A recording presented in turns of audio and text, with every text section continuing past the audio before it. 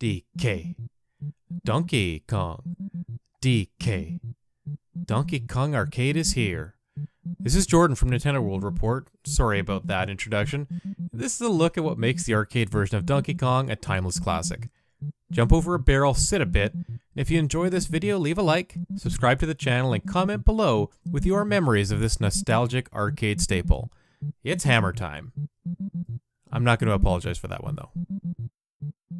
Whatever your experience with video games, you probably have some knowledge of or spent some time with the arcade game Donkey Kong. The premise and controls are simple, but effective. Save the damsel in distress Pauline from the menacing Donkey Kong, a giant ape positioned at the top of the screen. Accomplish this goal by moving left and right, climbing ladders, jumping over barrels and flames, or even grabbing hammers to smash said obstacles. Like any good arcade staple, the real challenge was increasing your score as high as you could by collecting loot and clearing each stage as quickly as possible.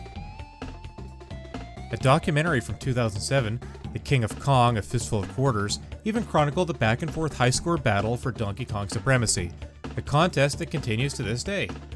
And not just with arcade games, but with the console and PC games that have defined endpoints. Charity events like Awesome Games Done Quick bring together speedrunners from around the world to finish different games across different categories as quickly as possible. Ultimately, what these experiences have in common is a desire to be the very best at something, or perhaps just to improve one's own personal best. Donkey Kong's timelessness derives from the way it is still an incredible and challenging test to do just that. Given that many arcade games only feature a joystick and one or two buttons, there weren't all that many possible actions a player could take. What this meant is that many games would just remix the same stages over and over. Donkey Kong's 4 unique single-screen stages, however, made it stand out from other cabinets of the time. They enabled it to unravel a more complex narrative across a variety of settings, each one throwing its own distinct obstacles at the player. In the case of the first stage, 25M, barrels are literally thrown at the player. Let's call him Jumpman for the sake of simplicity, by Donkey Kong. The barrels can travel across the horizontal girders or even down ladders, meaning the player can't always take the most direct route to the top of the stage. This opening screen is trickier than it looks, and surely it was responsible for a fair share of quarters regularly being jammed into the Donkey Kong cabinet. You'd be forgiven for thinking that Donkey Kong only had 3 stages, since a number of the console ports of the game took out what would be the second stage out of the original 4, the Cement or Pie Factory. The NES version, for instance, didn't have the brief interstitial between stages to even tell you were climbing from 25M to 50 to 75M and so on. Here, a barrel of fire in the center of the stage continuously spits out flames that roam around and make the 3rd and 4th floors particularly dangerous.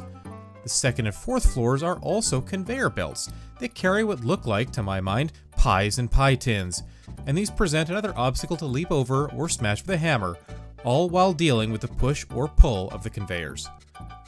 The 3rd stage in the original arcade version brings elevators into the equation, making gravity one of the most dangerous foes that Jumpman faces on this screen.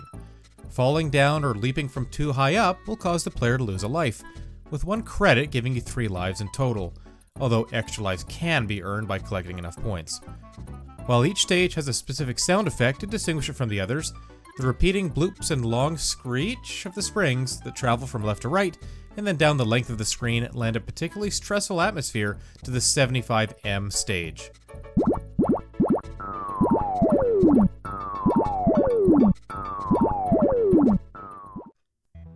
The final stage before Donkey Kong loops back to the beginning is called Rivets, or 100M. Insert your preferred title here. The overall objective changes significantly from the other screens.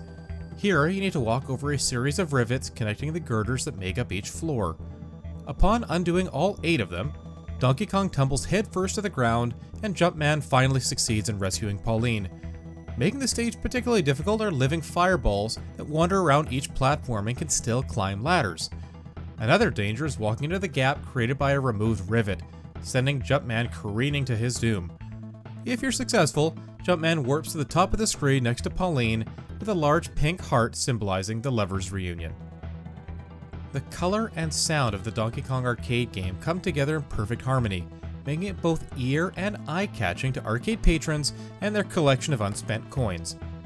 Against a black background, the purple, orange, and blue girders make the running and jumping actions easier, since following Jumpman's progress, as well as those of his would-be undoers, requires no strain of the eyes. The ladders too, especially in the first, third, and fourth stages, add an attractive contrast color that allows them to pop on screen. The sound effects, on the other hand, almost feel like part of the background with how they complement the looping tracks. This is true to a fault in the elevator stage, as the sounds of the springs actually replace the music. Thanks to games like the Smash Bros. Series, Jumpman's iconic hammer theme, which plays when he leaps up and grabs a hammer item, has become nigh unforgettable. And it's the sights and sounds of Donkey Kong, among other arcade classics and their explosions, flashes, bleeps, and buzzes, that makes the demise of the local arcade that much harder to stomach. The first arcade I remember, and one I can still visualize to this day, was called Laser Illusions, and it took up about half an Old Navy of real estate in one of the two local malls where I grew up. It had a handful of classic games like Mario Brothers, Donkey Kong, and Ms. Pac-Man, but it also housed a dozen or more ticket redemption games like Skee-Ball, and one where alligators would shoot out a hole so you could smash them with a foam-covered hammer, a swamp-style version of Whack-A-Mole. Cooperative brawlers like the X-Men arcade game and The Simpsons were always popular. Even though it didn't last all that long, I remember being pretty crushed to learn that it was shutting down, paving the way for a store filled with boring clothes, replacing fun with fashion. My fondest memories of Laser Illusions include chucking a few quarters into Donkey Kong, or one of the space shooters like Galaga. My friends weren't as interested in those games, but I had played other versions of them on Atari and NES, and felt like I could get my name on the high score list maybe, with a little luck. With larger groups, we tried to take over the 6-person X-Men cabinet, with my friends and I each playing as a different character. I gravitated towards Colossus, but was happy to play as Wolverine too. Almost every visit I would spend some of my quarters trying to earn enough tickets to cash in for one of the major prizes, like a new console game or a huge stuffed animal. Without fail, however, I would only ever accumulate enough to pocket a pencil, an eraser, or maybe a cheap foam plane that would break after a couple of throws. Whenever I would travel with my family, and we went to places like Hawaii, Disneyland, and even Disney World during summer vacations, the first place I would seek out in the hotel would be the on-location arcade. It seemed like every hotel would have one, no matter the size. Even if it just meant a handful of cabinets and maybe a pinball machine or two, scoping out these adolescent oases was a genuine thrill for me. Nowadays, you're lucky to find a hotel with any semblance of an arcade, and those that do have one usually only have the newest games, where a quarter won't even buy you a single credit. That said, there seems to be somewhat of a resurgence or a renaissance in arcades, as entrepreneurs stake their claim by combining arcade cabinets with alcohol. There don't seem to be many so-called barcades near me just yet, but I am learning about spaces decked out with arcade games and pinball machines that you can rent by the hour, and best of all, no quarters required. The phrase free play never sounded so sweet. Donkey Kong was one of the first arcade games I played, but things moved fast in the late 80s and early 90s. By that time, the Great Ape was already considered a classic, maybe even a relic, as more advanced games with flashier graphics arrived in arcades and homes around the world.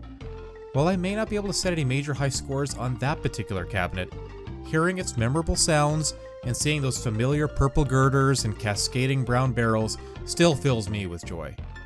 I'll always miss the traditional coin-op arcade, even if modern incarnations give people the chance to relive their childhoods. You just can't recapture perfectly the atmosphere and excitement of seeing a new cabinet or perhaps visiting an old friend. And to top it all off, though it only features a solitary ape, Donkey Kong is still more fun than a barrel full of monkeys. Just be sure to leap over or smash that barrel on the way down.